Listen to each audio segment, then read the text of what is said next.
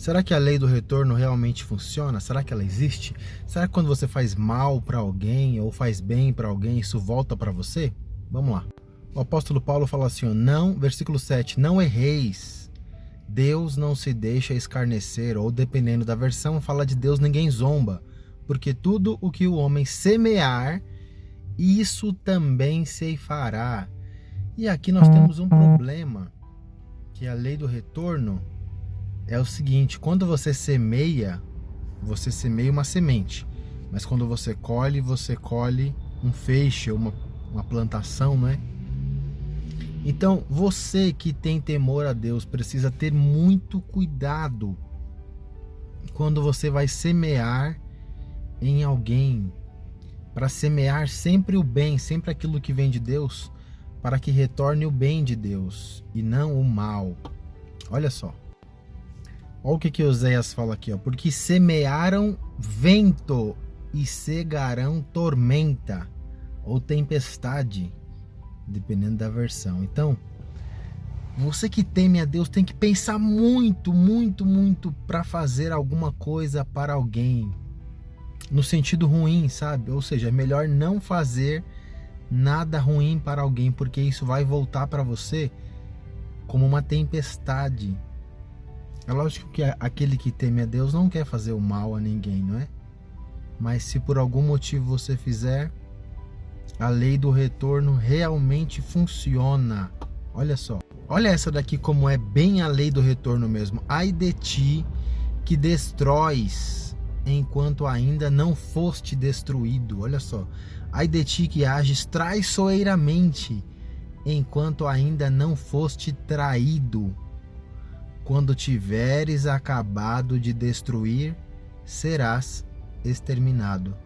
Quando terminaras a tua traição, serás traído.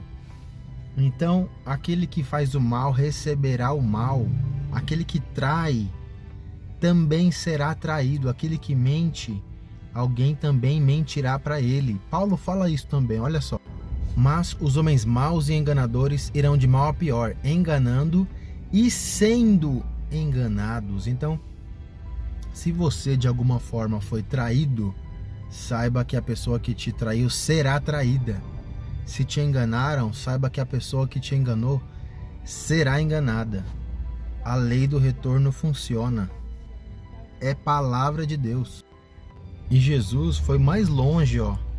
Quando Pedro foi defendê-lo, né? Jesus falou assim, ó, embainha a tua espada, porque todos os que lançarem mão da espada, a espada morrerão. Ou seja, todo aquele que, lá em Gênesis fala assim, todo aquele que derramar sangue, o seu sangue também será derramado. Todo aquele que pela espada sobreviver, né? Aquele que pela espada tirar a vida de alguém, a sua vida da mesma maneira será retirada. Então todo homem que tirou a vida de alguém, da mesma forma a sua vida será retirada. Gente, isso é muito impressionante. Se você pega a Bíblia, você vai vendo a lei do retorno ao longo da Bíblia. Por exemplo, Jacó, ele enganou ao seu irmão e enganou ao seu pai, né? O seu irmão meio que sabia ali porque ele vendeu o direito de primogenitura, mas o seu pai, Isaac, não sabia de nada e foi completamente enganado. E vai vendo, Jacó se afastou do seu pai, certo?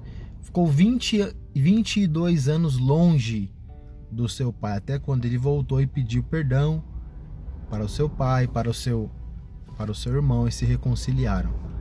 Olha que coisa impressionante. Quando Jacó, na sua velhice, teve José, seu filho, os seus irmãos venderam a José como escravo para o Egito, né?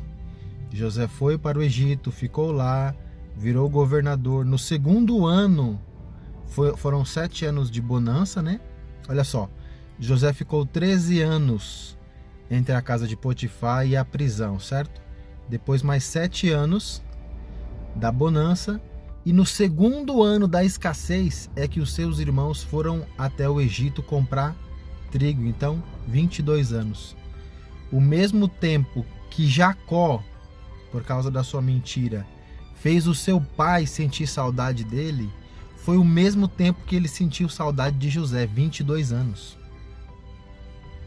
Além do que Jacó, por ter enganado ao seu pai e ao seu irmão, Labão, o homem para onde ele fugiu, né? E ele foi trabalhar para ele, mudou o seu salário e o enganou 10 vezes. Ele trabalhou 7 anos por Raquel e Labão o enganou, ele deu Lia e o fez trabalhar mais 7 anos por Raquel. Então assim, ele colheu de muitas formas. José, os seus irmãos se juntaram e o jogaram no poço, mas quem o vendeu como escravo foi Judá. E Judá pagou por isso de muitas formas, né?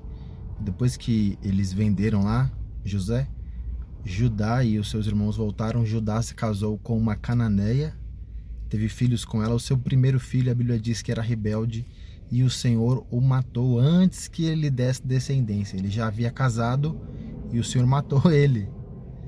Vai vendo. E aí ele tinha um filho mais novo e falou para essa mulher: deixa que meu filho cresça e aí depois você se casa com ele para ter descendência o seu irmão que morreu, né? E aconteceram muitas coisas que, bom, essa mulher um dia armou contra Judá, cobriu o seu rosto. Judá achou que ela era uma prostituta, se deitou com ela, engravidou dela. Foi uma bagaceira a vida de Judá. Deus o visitou muitas vezes. Então a lei do retorno funciona.